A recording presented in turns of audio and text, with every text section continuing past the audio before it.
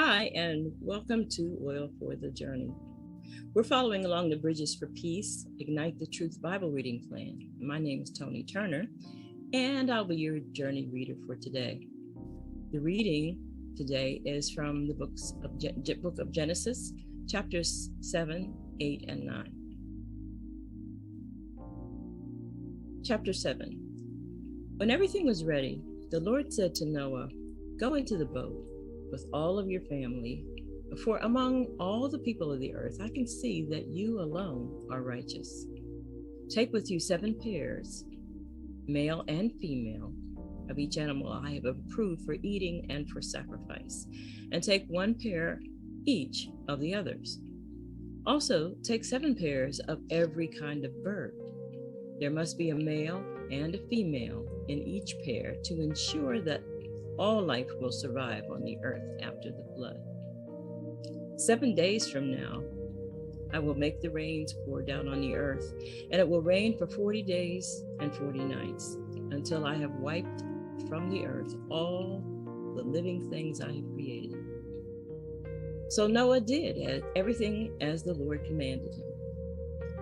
Noah was 600 years old when the flood covered the earth. He went on board the boat to escape the flood, he and his wife and his sons and their wives. With them were all the various kinds of animals, those approved for eating and for sacrifice, and those that were not. Along with all the birds and the animals, the small animals that scurry along the ground. They entered the boat in pairs, male and female, just as God had commanded. After 7 days, the waters of the flood came and covered the earth. When Noah was 600 years old, on the 17th day of the 2nd month, all the underground waters erupted from the earth, and the rain fell in mighty torrents from the sky. The rain continued to fall for 40 days and 40 nights. That very day, Noah had gone into the boat with his wife and his sons, Shem, Ham, and Japheth, and their wives. With them in the boat were pairs of every kind of animal, domestic and wild, large and small, along with birds of every kind. 2 by 2, they came into the boat, representing every living thing that breathes. A male and a female of each kind, just as God had commanded Noah. Then the Lord closed the door behind them. For 40 days, the flood waters grew deeper, covering the ground and lifting the boat high above the earth. As the waters rose higher and higher above the ground, the boat floated safely on the surface. Finally, the water covered even the highest mountains on the earth, rising more than 22 feet above the highest peaks. All the living things on the earth died: birds, domestic animals, wild animals, small animals that scurry along the ground, and all the people.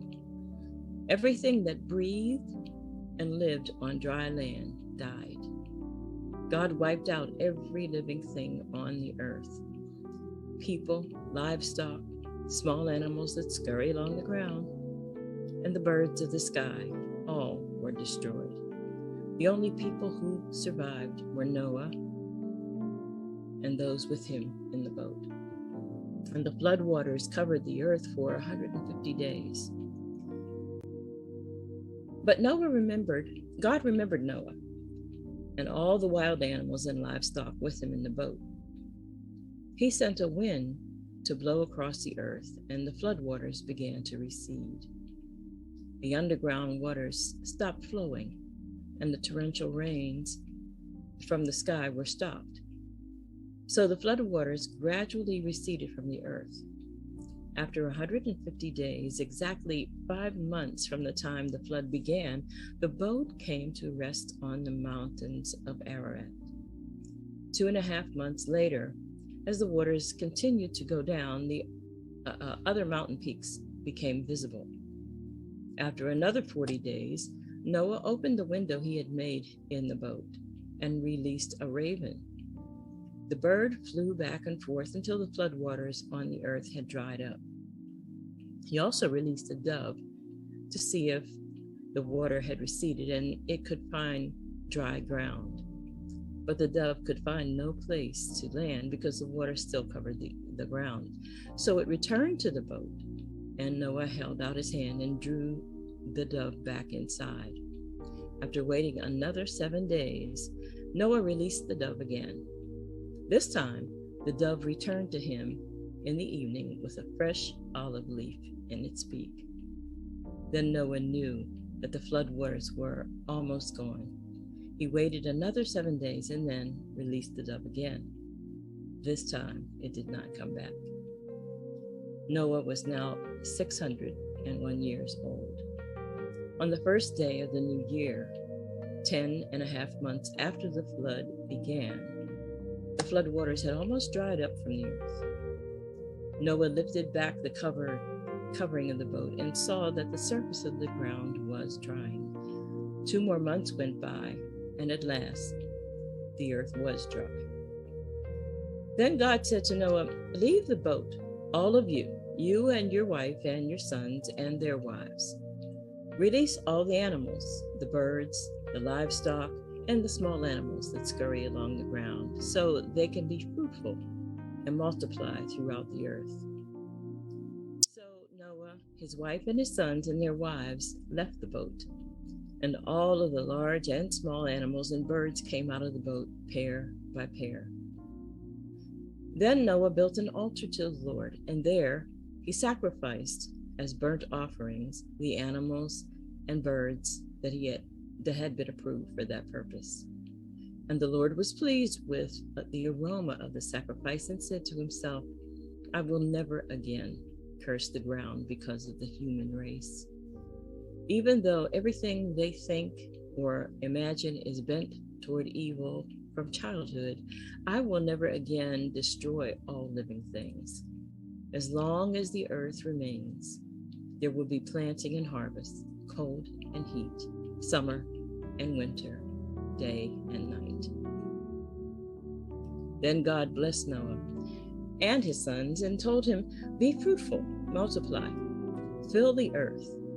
All the animals of the earth, all the birds of the sky, all the small animals that scurry along the ground, and all the fish in the sea will look on you with fear and terror. I have placed them in your power. I have given them to you for food, just as I have given you grain and vegetables. But you must never eat any meat that still has the life blood in it. And I will require the blood of anyone who takes another person's life. If wild animal kills a person, it must die. And anyone who murders a fellow human must die. If anyone takes a human life, that person's life will also be taken by human hands. For God made human beings in his own image. Now be fruitful and multiply and repopulate the earth." Then God told Noah and his sons, "I hereby confirm my covenant with you and your descendants, and with all the animals that were with you in the boat, the birds, the livestock, and all the wild animals, every living creature on the earth. Yes, I'm confirming my covenant with you, that never again will floodwaters kill all living creatures. Never again will a flood destroy the earth." Then God said, "I'm giving you a sign of my covenant with you and with all living creatures for all generations to come. I have placed my rainbow in the clouds.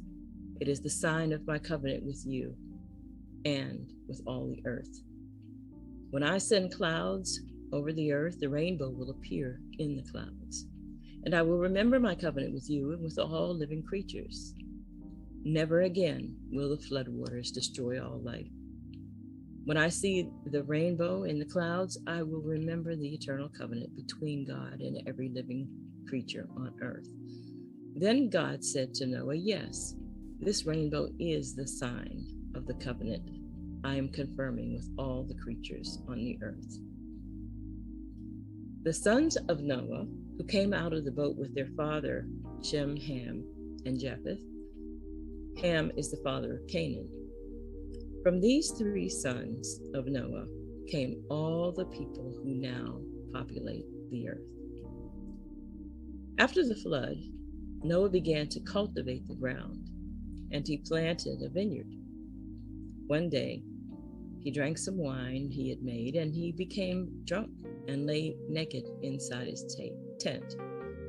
Ham, the father of Canaan, saw that his father was naked and went outside and told his brothers. Then Shem and Japheth took a robe, held it over their shoulders, and backed into the tent to cover their father. As they did this, they looked the other way so they would not see him naked. When Noah woke up from his stupor, he learned what Ham, his youngest son, had done. Then he cursed Canaan, the son of Ham. May Canaan be cursed. May he be the lowest of servants to his relatives. Then Noah said, May the Lord, the God of Shem, be blessed, and may Canaan be his servant. May God expand the territory of Japheth. May Japheth share the prosperity of Shem, and may Canaan be his servant.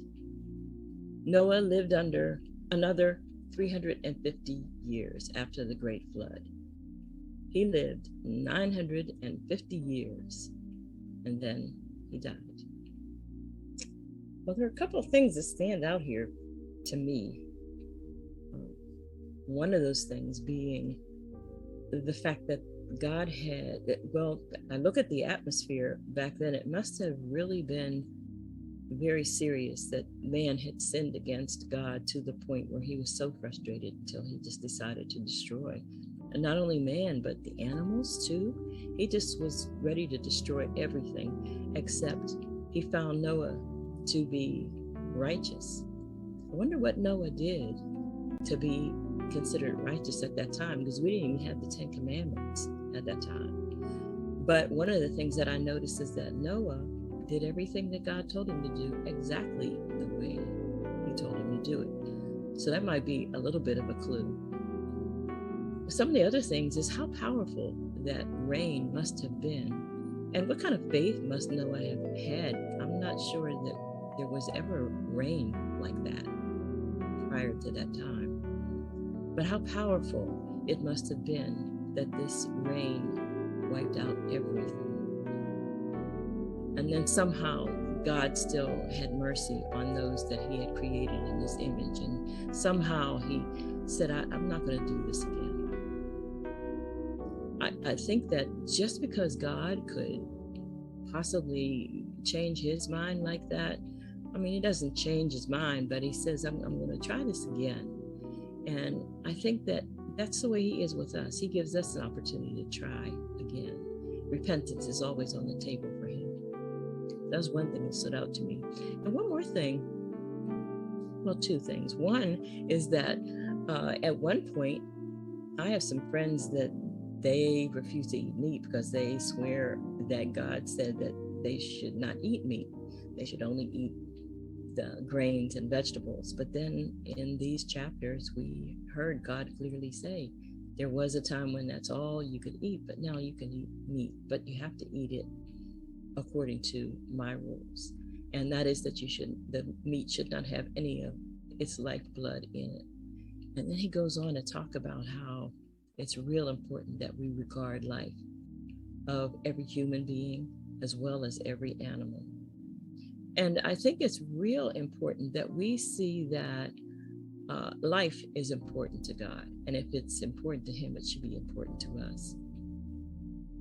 I have to say, I often wondered how it was that those animals actually obeyed Noah when he invited them into the ark. And but they did, two by two. That once they were all in the ark and Noah closed the door behind him, that was a place of safety. Now we have Jesus. He is our ark of safety. Being in him, it's just so important for us to see that, especially in these last days, we need to bring in as many as we possibly can, because once the door is closed, it's closed. And so that was a lesson for me as well, to just consider that I would like to see as many people come into that place of safety as possible before we go back, because God really does love everyone that's created in his image. One more little thing. It was interesting how God said to everything living, of all the animals, of all the people, I want you to make sure that we have a male and female so that we can continually populate the earth. So I think that those are some things for us to take into consideration, and to also see that God has given us a sign. And when we see that rainbow, we need to remember that that's what it's all about. He is just reminding us that he has promised never again to destroy the earth, but that he has given us an opportunity to enter into that ark of safety, which is Christ Jesus. God bless you.